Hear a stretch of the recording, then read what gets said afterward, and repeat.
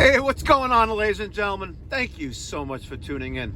It's me, Mikey Pipes. Tuesday morning, December 10th, 2024. Heading to my first service call of the day. We have a new residential client who's got a heating issue with his Burnham gas-fired furnace. Apparently, according to my House Call Pro dispatch, we got the boiler ticks and ticks. Counted 600 ticks before the boiler finally fired up. This continues to happen over and over again. So one of the things that I like to do is try to visualize scenarios of what's happening before I get there. It stimulates the brain a little bit, but it works for me. Some guys just like to smoke cigarettes. Maybe you guys have a six-pack in the truck on the way to the service call. Maybe you get high. I don't really know. I don't really care. But what works for me is I like to visualize what could be going on and what prompted the property owner to call for service. So we got a Burnham gas-fired boiler. I don't know the age of it, but if it's ticking, chances are we have a intermittent spark ignition system.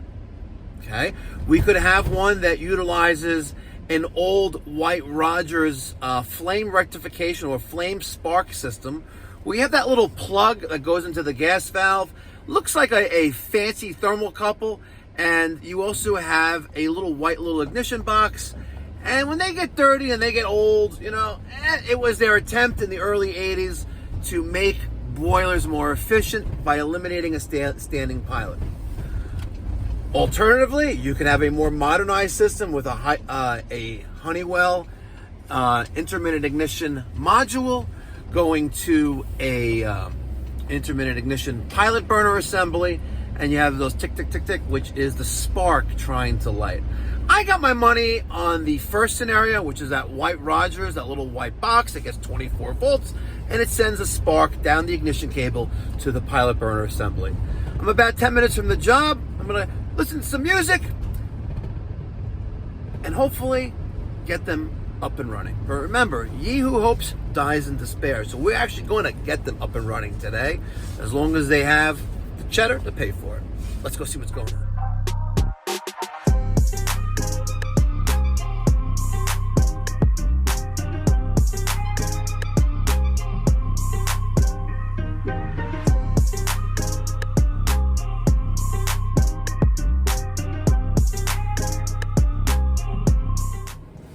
All right, so I just pulled up to the job.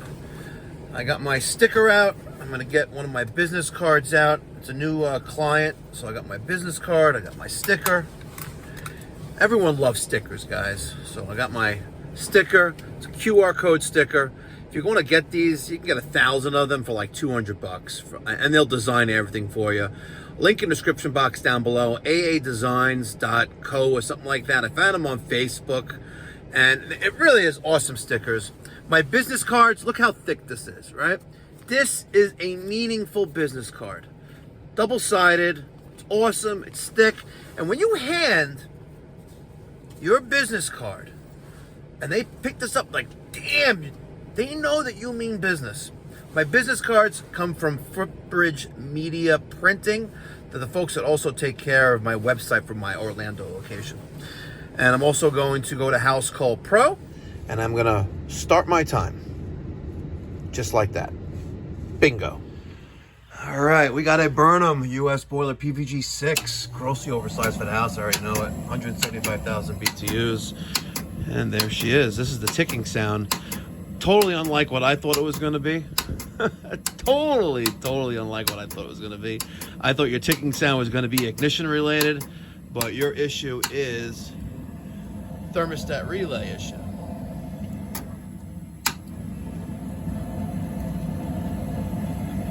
Now, this is one of the hardest jobs to diagnose and finally put together, but you have a problem with this relay here. So if I was to take this out carefully without killing myself, there's the Molex harness. This has 5 wires going into it. Don't count that. That doesn't count, but you have 1, 2, 3, 4, 5. And this box right here is the actual relay. Now, the problem could be the relay, it could be the harness, or it could be a combination of both. But, you know, as soon as I touched it, that ticking went away. So, we will have to take this out, take a closer look at it, and see what's going on with it. All right, got my tool bag, I got my knee pad, and I got my patient. This is the US boiler Burnham PVG 6. The PVG is the series or the model. The PVGs are power vented, and they use this B vent, which is 3-inch, and it goes outside, and it's supposed to be a little more efficient. Let's quickly go over what we see in front of us. We have this beautiful DHT stainless steel exterior indirect fired water heater. This provides domestic hot water for occupants of the structure. Looking at the top of the boiler, we have 3 zones. One zone is going to be for the indirect. So the boiler will heat up. Instead of a thermostat turning on and heating a zone with radiators or baseboard, that aquastat turns on the boiler. That circulator circulates hot water the boiler creates, sends it to the tank, and a tank within a tank heats water in a storage tank. This would be way more efficient and maximizing the storage and capacity in gallons per hour if it had a thermostatic mixing valve between the domestic cold water and hot water. But it does not have a thermostatic mixing valve, so you're kind of limited to how many gallons this is going to give you, defeating the purpose of a 175,000 BTU gas-fired boiler. Left-hand side, Taco low water cutoff. This is a line voltage low water cutoff, so if it senses not enough water, the kills power to the boiler. Tridecator gauge, 30 PSI relief valve. Yep, make sure that's correct. Expansion tank to absorb pressure in a closed system. Air scoop. It is what it is. The bottom is supposed to be your expansion tank and your boiler feed. Your boiler feed is right there with the backflow preventer. 2 zones, Taco high vent 400, ground fist circulators, 3-speed. This one came with the boiler. These 2 are supplemental. And in the boiler vestibule, fan center relay, high limit aquastat, spark ignition control. There's that harness to the thermostat relay. Pressure switch that sends when the blower is on, and 24-volt intermittent ignition gas valve. Let's take a screwdriver and take that out of there. All right, so here's that relay.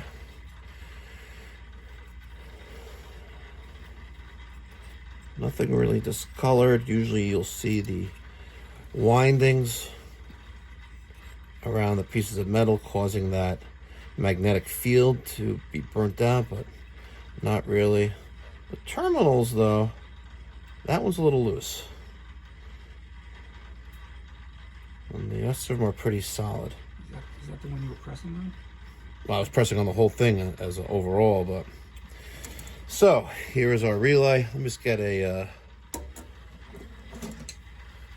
Not that I should zap myself, but let's practice good techniques of troubleshooting. And let's see what happens.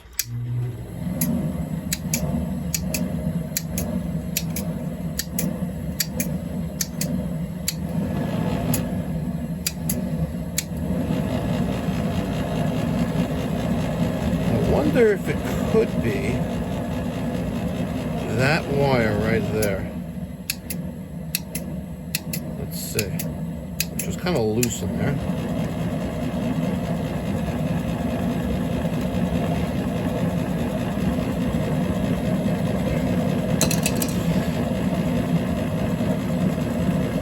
So you'll see this type of relay and Molex connector on the Burnham US boiler independent series boilers. And for many, many years, you had to build the control wiring and all the control wiring on site. And this thermostat relay would get mounted on the inside of the boiler, similar to where it is on this one. It doesn't have all these other crazy stuff, right? But over time, right, things would start to fall apart on this. So what US Boilers started doing about 5-6 years ago is that they gave you a very, very expensive, a very, very expensive, Yes, I do. I have one. A very, very expensive plastic zip tie to secure the Molex connector going into the thermostat relay. However, your case is a little bit different. If you notice, you see what they do here? Look at this. See, this is a similar relay on the fan center control. They have this little metal bracket, right? It's identical. This is identical except it's a different layout, right? This is like that instead, right? Look at that, right? Similar. So yours case is a little bit different because your wire actually was coming out of the Molex connector, which then connects to this, basically. And what I would do personally, if I was the manufacturer, I would eliminate this whole plastic contraption overall, and just tell people, listen, plug in these wires to where they belong. But unfortunately, plumbers are like idiots sometimes. We don't know how to read. And it would be like every single boiler would have to be condemned, or every single boiler would be returned because they don't know how to do wiring. Yeah. So, but now the newer models, like the SteamMax series of boilers from US Boiler, it's all comes pre-wired. So that appears to be your problem. Not too shabby. You were ready to tell you, oh, let's replace the relay. I was like, well, why replace the relay, right? Yeah, you pressed on it. I pressed on it, yes, and then the problem went away, but it could still come back. We don't know. We're going to find out. We're going to do some more testing here. You know, if we're here for an hour, you might as well get your money's worth. You told me you just replaced that capacitor on the blower for this boiler. Let's see the old one. And let's test that old capacitor. So here is a, was this the original one that came in the boiler? No. No? This one. All right, so this is a Titan Pro. This is a single run capacitor. It's rated for 4 microfarads. Here is the original one that came with the boiler. This is rated for 4 microfarads.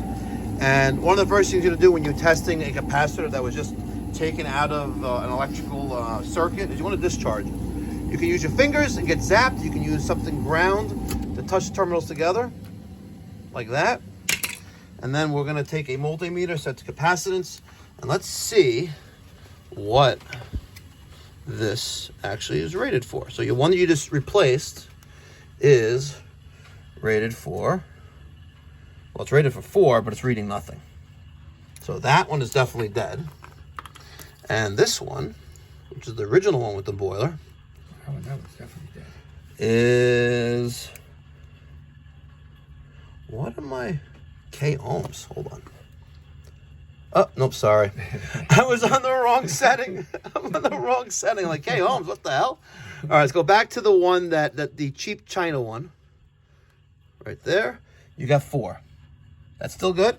And here is the original one that you said came with the boiler, and that reads, wow, 16.9. I don't even know how that's possible.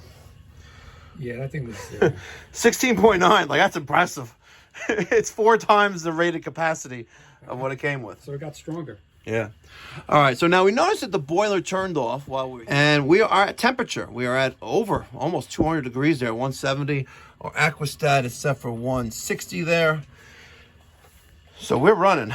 We have to reattach the thermostat relay and the wiring harness to there, but... So this is still good? That one, yeah. I can just leave it here then. You could, yes. So what's next would be a combustion analysis. Let's go get our tool for that and make sure she's burning. All right, we got our combustion test results right there. Indicative of needing cleaning. Water heater supply, boiler water supply, gas for the boiler, service tag, and we are up and running. All right, ladies and gentlemen, finished up the service call. We conclude every heating service call with a free combustion and draft analysis. My company firmly believes what good is a boiler that is not burning safely, or furnace that is not burning safely. So when you call Pipe Doctor Home Services at 516-348-6300, you will get a technician to arrive at your home that will leave no stone unturned. And could I have went in and out of this job in 5 minutes after realizing one of the wires on that Molex connector going to the thermostat relay was loose and just needed to be secured? Yes, but that would not be doing my job by leaving no stone unturned. We did a combustion and draft analysis. We cycled the zones multiple times. We gave him a little bit of an education on his brand new indirect water heater that was installed without a thermostatic mixing valve, and the tenants are running out of hot water already. Just saying, sometimes you get what you pay for. Thank you so much for watching. Make sure you hit that thumbs up button and subscribe if you haven't really done so already. And if you live in the Long Island, New York City metropolitan area, we'd love to help you. Thanks again. Want some free stickers? Email me, Mike at mikeypipes.com.